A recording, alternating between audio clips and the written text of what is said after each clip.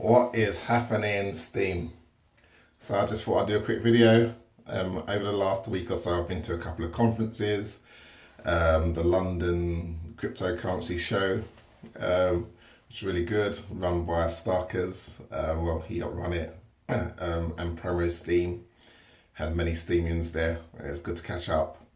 And then yesterday I went to the Blockchain Expo again in London, at the Olympia.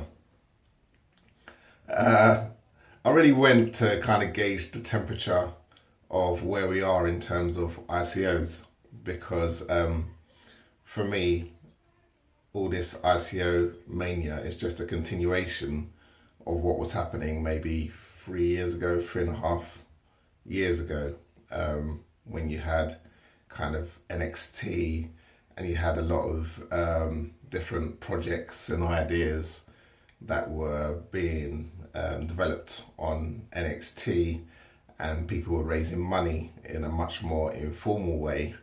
And I'll let you be the judge of where those projects have gone since those days. However, it's interesting to see the whole progression of raising money in that way with an initial kind of offering, and where that's going.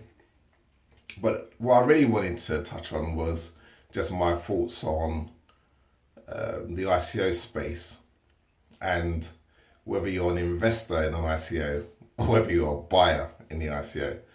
And in my perspective is whether you are buying at the pre-sale, the pre-pre-sale, or the pre-ICO, the pre-pre-ICO, or the ICO, or whatever discount you have, you are invariably just a buyer of that token. You're not an investor in that token.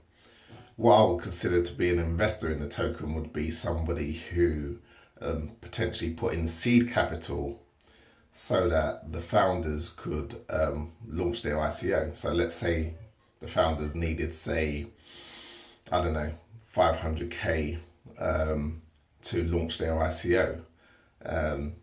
If you were able to invest in that and made sure you got a percentage of, say, equity or the money that comes in for the ICO. So say, for example, if you put in 100 grand and you said, in return for that, I want 10% of all the money you get in from the ICO, and I also want, I don't know, 2% of the tokens, and if they make me some money, then that's gravy. So then what you'd have if your ICO, if the ICO raised, say, $2 million, whether that's in the pre-sale or whether that's in the ICO proper, you get 10% of that, your 100k doubles. You get more. If they raise in more than that, then happy days, you make a big profit, and you've also got a percentage of the tokens, and if something comes with those tokens, then you've made even more profit. So that model would be more of an investor model where you've got the equivalent of equity within the token, or within the whole of the founders' kind of money that they're bringing in. Everybody else, me, or majority of people that potentially buy, you're just buyers, which is why I very rarely invest in an ICO, because ultimately I want to see where the project is going. You know, it's great that you've got these great ideas, but I'm quite happy to wait for your product to be delivered and for your tokens to hit the market, because ultimately it's a buyer's market. There's lots and lots of people running ICOs, and there's lots and lots of people trying to onboard people onto their platform and their ideas. So I'm in no rush to throw my money at an ICO, because ultimately I have no idea whether that ICO is going to get listed on any exchange, let alone a decent exchange. If it does get listed on an exchange, whether there's going to be sufficient liquidity to allow me to take out cash, or whether there's going to be any interest into the token whatsoever. So for me to just buy in an ICO, just because it sounds like a good idea, don't get me wrong, loads of these things sound like great ideas, but being able to execute and drum up the level of interest in a saturated market is a completely different ballgame. So I'm happy to wait. Let me see what you got. Let me see your product. And if I get in year one of what is the next Google or Facebook or whatever, then I'm happy with that.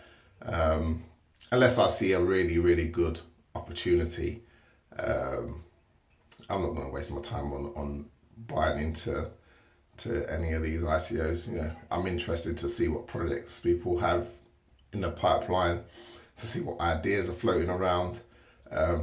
But to actually put my hand in my pocket and invest in someone's idea, it is not going to happen. Particularly when I think that the money that's being raised. I mean, I was speaking to one guy, and they were like looking to raise a minimum of $35 million, and they were aiming to raise $100 million, and it was some sort of lending platform along the lines of Salt or whatever. And it's like, you know, yeah, the less said about that, the better. But yeah, I just wanted to give you a perspective and just have a think that if you're investing in an ICO, are you actually an investor? Are you just a buyer? And if you're a buyer, what are you buying? Do you actually have, if it's a utility token, do you have utility for that token?